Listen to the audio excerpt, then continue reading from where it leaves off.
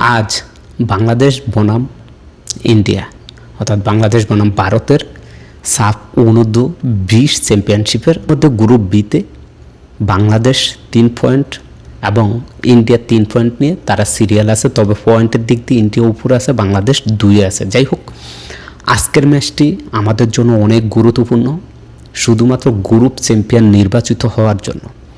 গত ম্যাচে রোনান সুলেমান একাই 2টি গোল দিয়ে বাংলাদেশকে জিতিয়েছে বলতে পারেন। সাফের প্রথম ম্যাচ আমরা জয় পেয়েছি এবং আজকে ইনশাআল্লাহ আমরা দ্বিতীয় ম্যাচটি জয় পাবো। আজকের এই ম্যাচে কোন ফরম্যাট নিয়ে কোচ নামবেন এবং কেমন একাদশ হবে সেটাই আপনাদেরকে জানাবে। স্ক্রিনে দেখতে পাচ্ছেন, প্রথমে যদি আমরা একাদশটি নির্বাচন করি, পুরো পক্ষ থেকে যে স্কোয়াড দিয়েছে এখান থেকে এই ম্যাচে রীতিমতো গোলকিপার ইসমাইল হোসেনকে রাখা হবে, ডিফেন্ডার ইউসুফ আলী।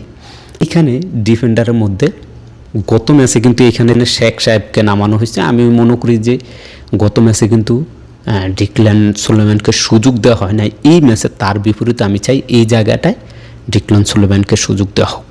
এরপর হচ্ছে মিতিন চৌধুরী, তিনি হচ্ছেন ক্যাপ্টেন, তিনি তো থাকবেন। এরপর হচ্ছে স্বাধীন। আমি মনে করি এর জায়গায় গত ম্যাচে আপনারা সবাই দেখছেন মাত্র 6 থেকে 7 মিনিট, সম্ভবত প্রায় 8 মিনিটের মতোই কিন্তু ইব্রাহিম নওয়াজ খেলার সুযোগ পেয়েছে।